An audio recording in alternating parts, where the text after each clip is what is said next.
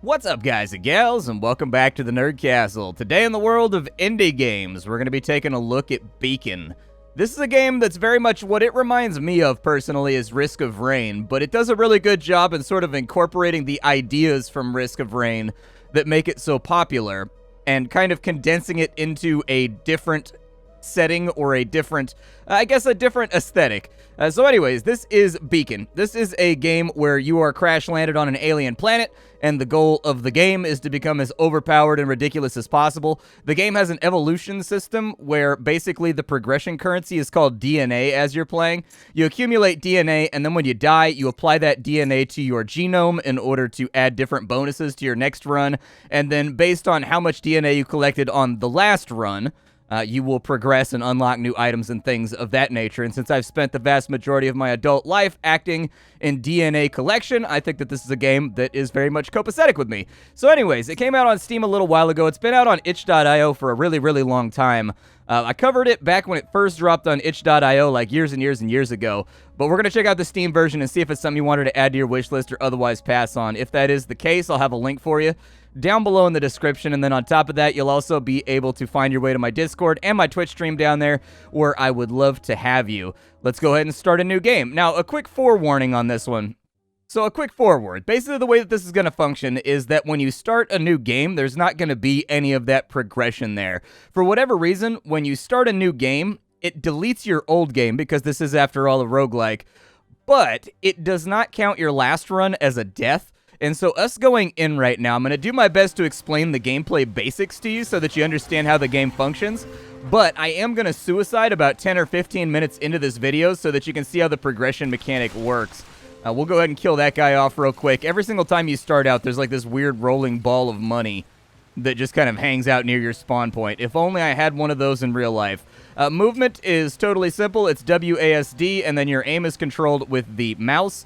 Down in the bottom left-hand corner, you're going to see we have our stamina. Those are the little pips right there. And then the long bar is our HP. When it goes down to 0, obviously we die. Over here in the bottom right, we've got how many grenades we have on us. And then we have our weapon, which is a basic plasma pistol. At this beginning area, there should be a chest that gives us an item. So, like, we get a gun, basically, right here smack in the beginning of the game. It looks like we've got the mag rail handgun.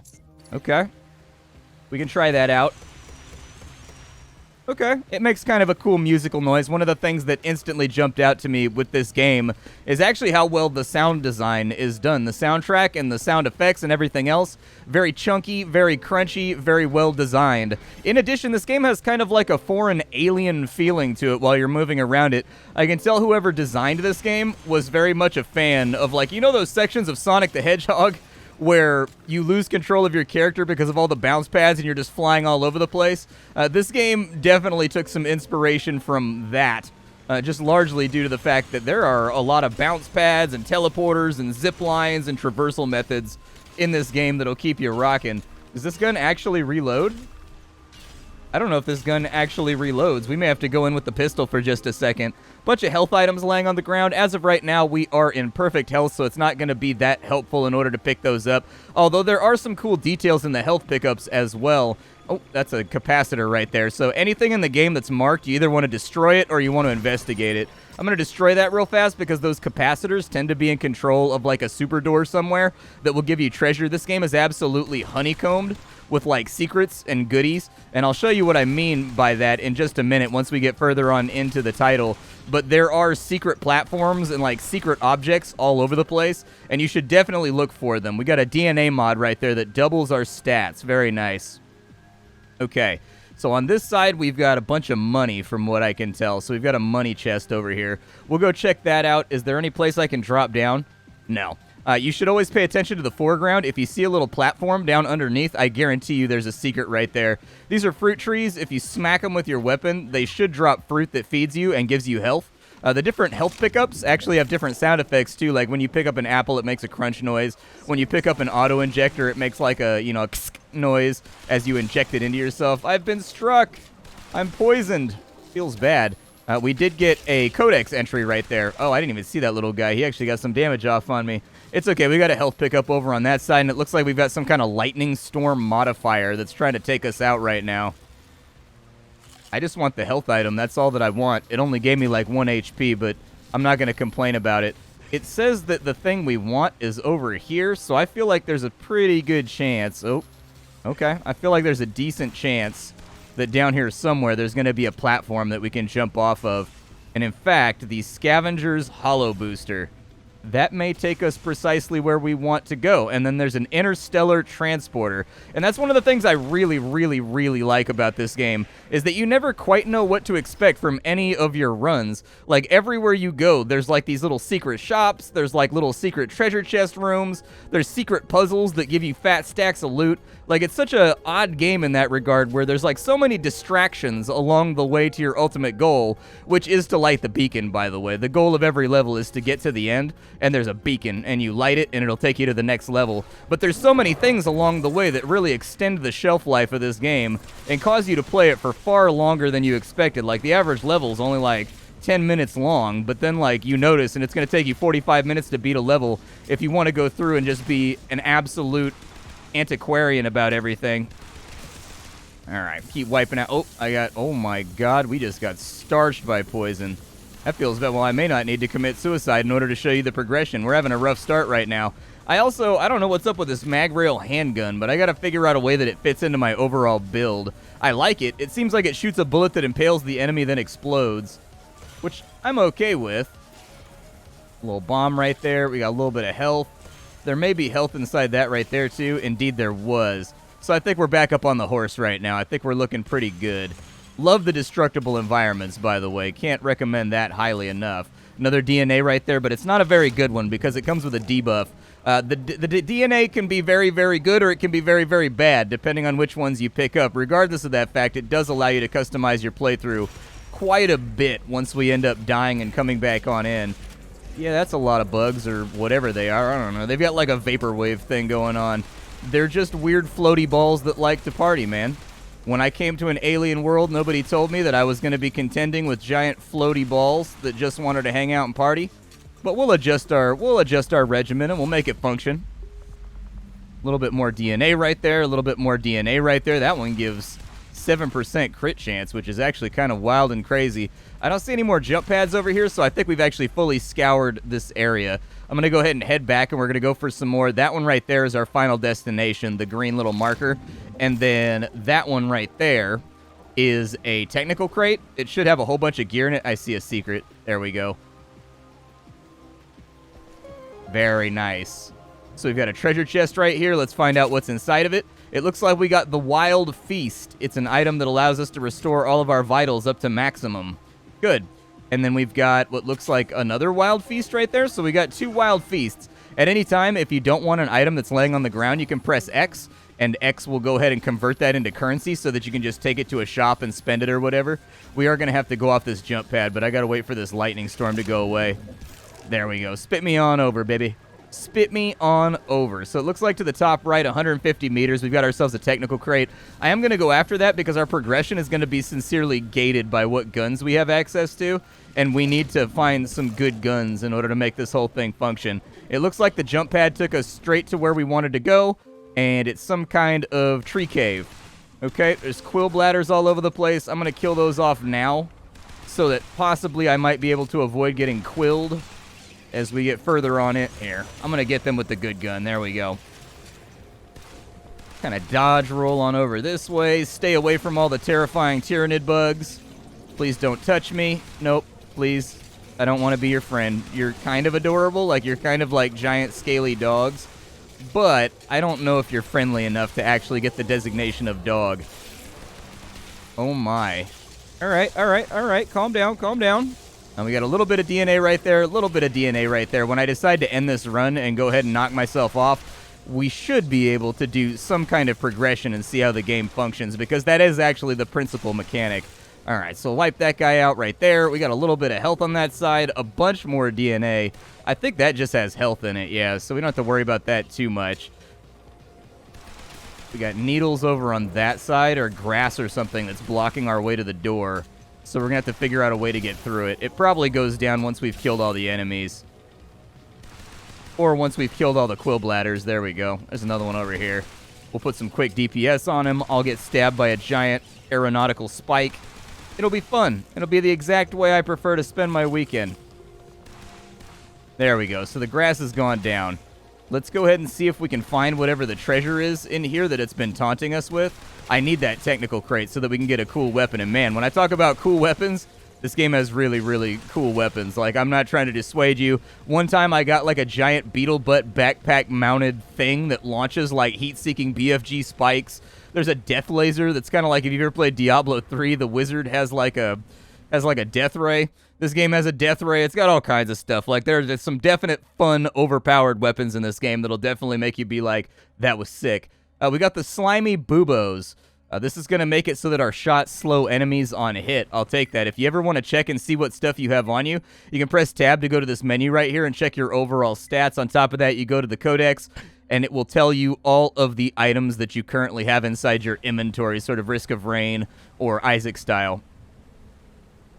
I don't think that actually goes anywhere, so I think we came on in here and we just got that mod for our gun that slows down enemies. A little bit of a bummer. I think this gun reloads. It's hard to say. Like, maybe it takes longer to reload if you let it get down to 0 ammunition. It's kind of hard to say. It does hit like a truck, though. Like, it hits way harder than the other weapons we have on us. So maybe I'll stick with the mag pistol for right now. I just think it's got like a longer reload time that was throwing me off because there are weapons that have different reload mechanisms in this game. Some of them are like powerful and they just flat have to recharge for a couple of minutes, one bullet at a time, so you got to have like hot swaps going on. In other cases, they reload quickly. In other cases, they tend to be like kind of one mag and that's what you get.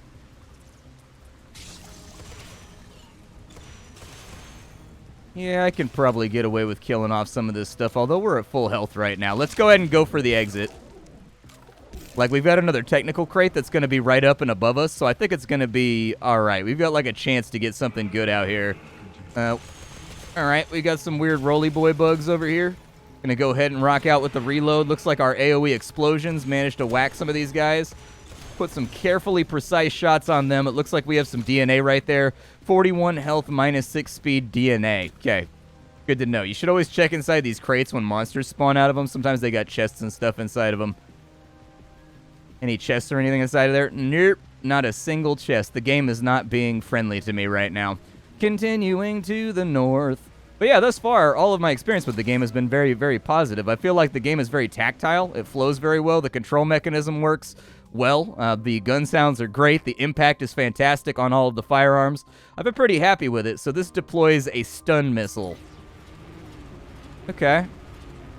What are you? Oh, it's a DNA cache. We got to shoot it while it goes over. Okay. What is this guy right here? The Repentant Dagger. Throw lifesteal daggers. Actually, that sounds really, really useful. I'll go ahead and take that. Is that DNA canister coming back? I'm going to try to get it. That might have been a one-time only thing. I don't know. Well, it looks like the alien DNA canister only comes by once, so I think we're just going to have to live with the fact that we don't have it available to us. You can activate any active item that you picked up along the way by pressing the Q key. And I'm just going to hit the beacon and we'll go on to the next level. And I think we're about to probably bite the bullet on purpose so that you can take a look at how the DNA mechanic works. I was hoping we get like some kind of crazy, ridiculous firearm that I could show off and be like, tee-hee, look how awesome the guns are. But unfortunately, we did not get any awesome tee-hee gun. We got kind of like, we got a gun that impales you on a mag spike and then the mag spike explodes. So like, in description, that sounds really, really awesome, but in action, it's not quite as explosive as I was hoping for. I was hoping for like a backpack-mounted minigun or something like that. All right, so here we are in the next level. Let's go ahead and keep her running. We've got a travel log over here. I'm going to grab that just to fill out my lore section. There is a storyline to this game that you will be uncovering as you move your way through the various maps. It'll be mostly delivered through like data logs and kind of journal entries and stuff like that. You can also piece some of it together. I may have to. Oh, I have the mag pistol out already. Good. I was gonna say we're gonna need the mag pistol. So those become like turrets or something once they die. Ow. Yep, it looks like that's exactly what happens. They become like a static turret for a little bit. One thing to note is that mousing over the enemy in this game does give you kind of like a vague auto-aim feature that allows your bullet to go straight to the mob. The bullets also have their own collisions, so if you're just firing wildly, they will hit stuff that's in the background and in the foreground and whatnot. But that having been said, everything in this game kind of has like a snap-to thing going on. What is this right here? This is the quill spears. Throw penetrating quills. Okay, I think I'd rather keep my lifesteal dagger. This guy over here, don't really want it, don't really need it, but let's go ahead and find somebody to, like, throw ourselves against until we die. That way you can see the DNA mechanic before it's too long, and we'll still have, like, another 15 minutes of video left so that we can piece that whole thing together. I'm just going to find, like, some way to annihilate myself. There we go. I've managed to off myself. One thing that's important to note about this game is that it is completely and totally procedural, and you never know what kind of weird planet you're going to end up on. I actually really like the sort of Jack Kirby-inspired aesthetic that they've got rocking while you're playing through the game. Like, sometimes you're fighting against, like, these strange alien energy structures. Sometimes you're fighting against endless bugs. Sometimes you're on, like, a rogue AI planet. You never know quite what you're going to get. All right, so whenever you die, you get to slot in the DNA that you recovered over the last run. I'm going to go with some extra health right here. A DNA that is of the same color will give you a bonus for slotting it in. See, right there. And so we get a bonus for that. So we've got double all stats, and then we've got, yeah, let's go ahead and we'll go +1 mutation life, and then we can double the stats that we're getting from some of this stuff. So let's go ahead and get 14% crit out of that so that we hit a little bit harder. Any DNA that you do not slot is going to be DNA that is used for progression, and so it'll go into a meter after we get done here, and it will fill up that meter. Let's see, we've got less stamina, we've got less, yeah, I could take a little, well, I don't really want the speed. I don't really mind, though, if we take, like, a hit to crit. As a result, it looks like most of it, all right, well, I don't really want to nerf my luck, but we'll go for it. Now, we're going to sequence the DNA, and all the extra DNAs that we picked up are going to go into this meter. It'll unlock things. And then, your DNA is going to mutate because it's unstable. And so we'll see what happens here. And these mutations are actually going to be manifest on our character. So we got anemones. We take double damage if we get hit in the back, but we have a chance to gain 100% crit whenever we take damage. We get +10 crit, and we are now weak to flame. We've got a gas bladder now. Dodge roll has been replaced with a floating swoop, and we release globules whenever we dodge, but our crit has been severely knocked back. We've got leeching tentacles, so if we melee an enemy, we get 20% lifesteal. And the other one didn't evolve, it stayed stable. And that's really what's kind of interesting about this game, is that they allow you to build your own run with your own bonuses, but everything you slot in has a chance to evolve and has a chance to, like, move around on you. And so in that situation, there's a little bit of unpredictability to the evolution process. The other part that's kind of cool is all of these evolutions are actually going to show up on our character. I've had my head replaced with a hologram. I've had, like, eldritch tentacles that are extending off of my back and sort of groping and grasping. I've had my body replaced with kind of like crystalline knight's armor. So yeah, there you go right there. So we've got the anemones on our back. We've got the globules on our legs. We'll go ahead and wipe this thing out real fast. Our crit should still be pretty good on this run. And then the other thing that we had was the life drain. So as you can see, it actually manifests on your character and makes you look different on the run. And I think that was really smart design. I like that a lot. What did we just pick up? A mini launcher. I don't like the mini launcher. Yeah, the mini launcher is basically a burst fire rocket launcher, which makes you think, you're like, oh, that sounds rad as hell. But this is actually like one of my least favorite starting weapons. I dislike it pretty strongly. I'll probably use the pistol for the most part as we're running around, unless we have enemies that are particularly weak to explosive damage. Damage in this game is segmented out into different forms. So there's like explosive damage, there's energy damage, there's all that kind of stuff. We'll go ahead and just gun these guys down with the pistol. It's going to be faster. Hopefully we'll pick up another gun along the way. We've got a lot of health on this run, which is nice. So we've got a cocooned crate. We'll go ahead and shoot that open and see if maybe there's a new gun inside of there. That's going to be my first grab, is that I really want to get guns. We got the quill spears. What do those do? Quill spears. Throw penetrating quill spears. Okay, sounds like it's an active item. Yeah, it is. It's in our Q button right now. Don't mind me. I'm just running around on my slimy squishy bits. We've got storage containers over here. It looks like we've got a genetic storage pod. That's actually good for progression-wise. And then over here, it looks like we have a chain gun. Beautiful. Absolutely gorgeous.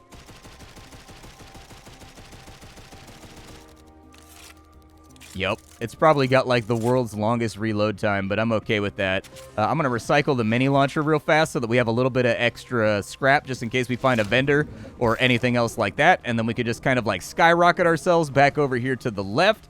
And it looks like we have a money location to our top left, so I'm definitely going to check that out before we go too much further. I don't know if that's going to be a shop or if it's going to be a place where we get a bunch of money, but it's going to be something. What is this?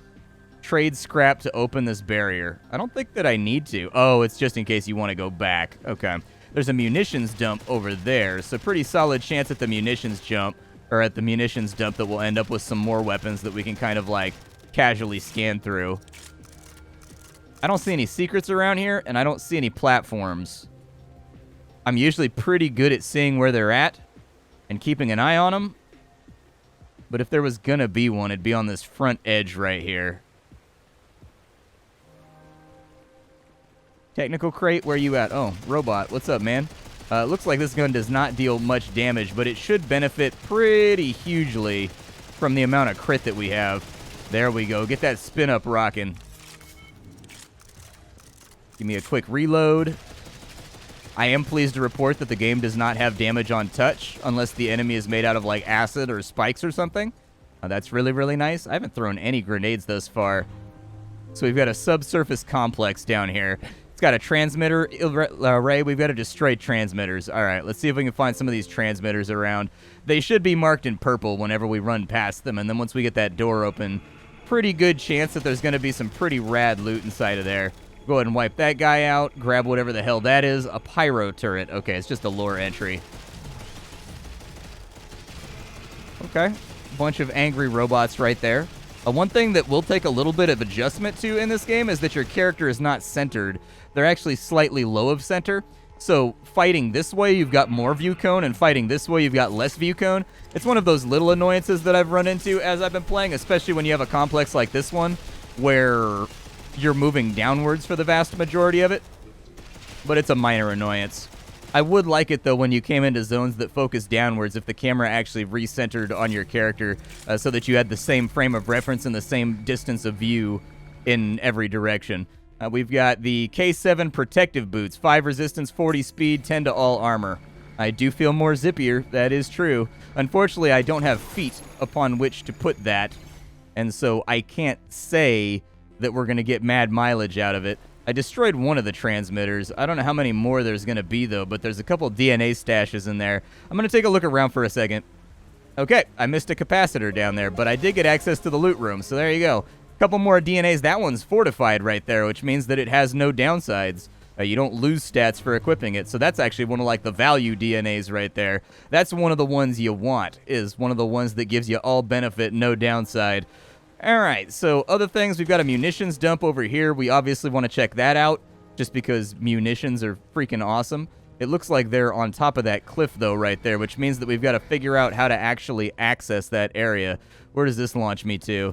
So it launches me up to here. It looks like the person that landed before me had a particularly larger amount of density because they made quite a little sploosh dent right there. I don't know if this leads where I want it to go, but I'm going to hold out hope that maybe it does.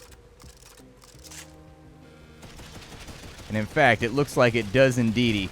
All right, so let's take down these robots real fast so that we can enjoy our treasure chest in peace. So we've got a crate right there. It's got a proximity mine. Okay, we'll recycle that. On this side, we've got, what is that? It is the rebound beam. It throws a laser boomerang. Okay, and it's reusable too. Very nice. And it looks like we just got a bunch of money and grenades out of that one. Looks like we've got about a 30-second cooldown on our rebound beam. So we'll want to be mindful of that fact so that we make sure we always have our utilities up and off cooldown whenever we decide to give it a go.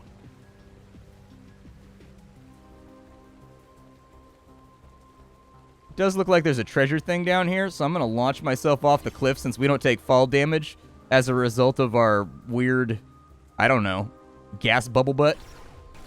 Yeah, there's another complex in here. It's a store. Okay. I don't think we can really afford anything right now. We're kind of broke. Like, even the healing items are like $100, and we only have like 550. If we had like another 40 or so, we could actually take a look at some of these items right here, but we don't really.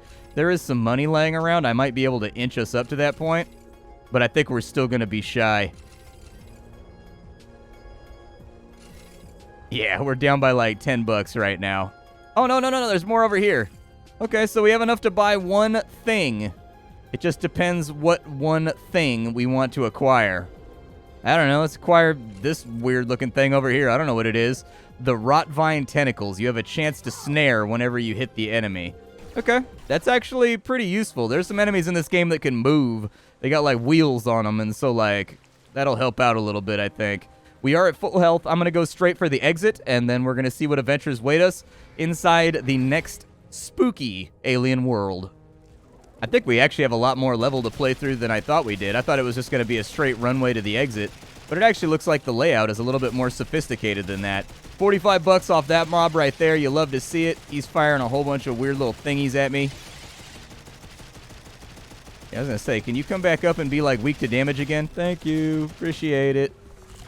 And we got some base DNA right there. Looks good. There's a fruit plant right there. We are low on health.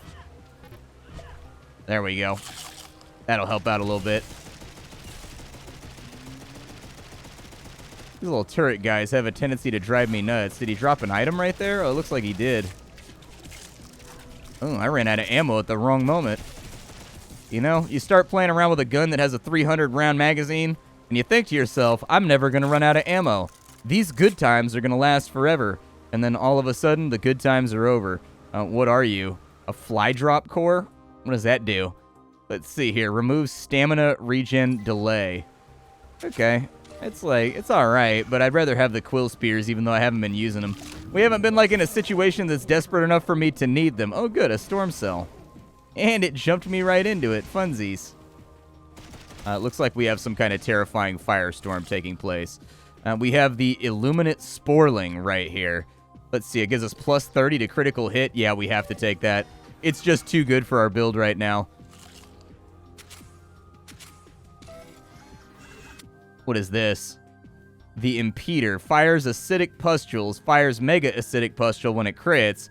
Quickly regenerates ammo. Oh, it's a gun? Interesting.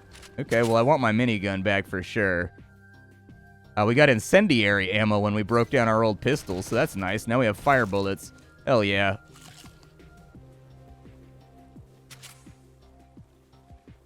Two illuminated sporlings. All the illuminated sporlings that we could ever need. And there's the ending of the level. Perfect. We've lit up the beacon. So having spent 3 or 4 hours with Beacon as a title, let's go ahead and talk about the things I do and don't like about it, but spoiler alert, in the latter category, I think you're going to be fairly safe. The developers don't have to watch this video all sweaty palmed. I actually think this game is really good. So I'd say that Beacon has a lot of the things going on that matter. I mean, the sound design is top tier. The art design is reminiscent of something that like Jack Kirby might have spun out on a particularly good day of writing.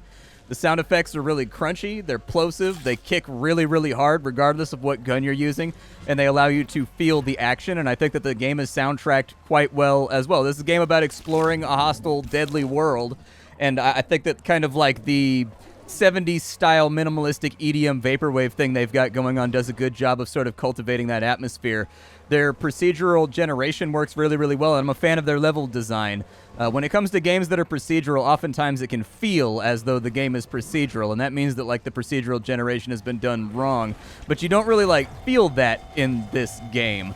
And I love how many secret areas there are to dive into on each map in order to accumulate more items that'll kind of add to your progression. And speaking of those items, there's a lot of them. This game is absolutely stacked with Isaac-style run-modifying gear, guns, passives, and content. And like when you combine that with the evolution system that takes place at the beginning of each run, that turns out that there's a lot of variety to be found on any given go. What it also does extremely well is the flagging and tagging of objectives. Every single level becomes kind of this weird wading through. I guess it becomes kind of this weird pursuit through ADD control. There's constant caches, puzzles, sub-dungeons, areas, all kinds of stuff to explore that is not the primary objective, and I find that it's really, really hard not to go for those because the additive bonuses to your character do matter. It also helps break up the monotony of early game like roguelike progression, which I think is a region that a lot of roguelikes could do a lot better. So what tends to happen is you get really far into a game, you're in that intense gameplay where it's rocking, it's bumping, things are going on, you die, and you get sent back to the beginning and it's like way too easy and kind of slow. And so you have like that early game 10-20 minutes where you're just kind of bored getting back to like where you were before. And I find that the constant bombardment of just randomized procedural content in every direction that makes you stronger and better and rewards you with items for ferreting that stuff out works really, really well to kind of dissuade that early game hard set malaise. And so, yeah, the game is refreshing. I like it a lot. I played this game a long time ago, and it didn't really stick with me when it was in its first itch.io iterations, but seeing, like, the finalized product here on Steam, I'm very, very happy with it. There's not a whole lot of complaints that I have. Like, I think that they've taken the fundamental core sort of Risk of Rain idea, they've run with what makes Risk of Rain really, really addictive, and then they've struck out in their own design direction in a satisfying way. So anyways, this is Beacon. My name is Splattercat. I sift through the pile to find what's worthwhile in the world of indie games every single day so you don't have to. I'll be back tomorrow with something hot and fresh off the indie skillet, but for now, that's about all I've got for you. Bye, everybody.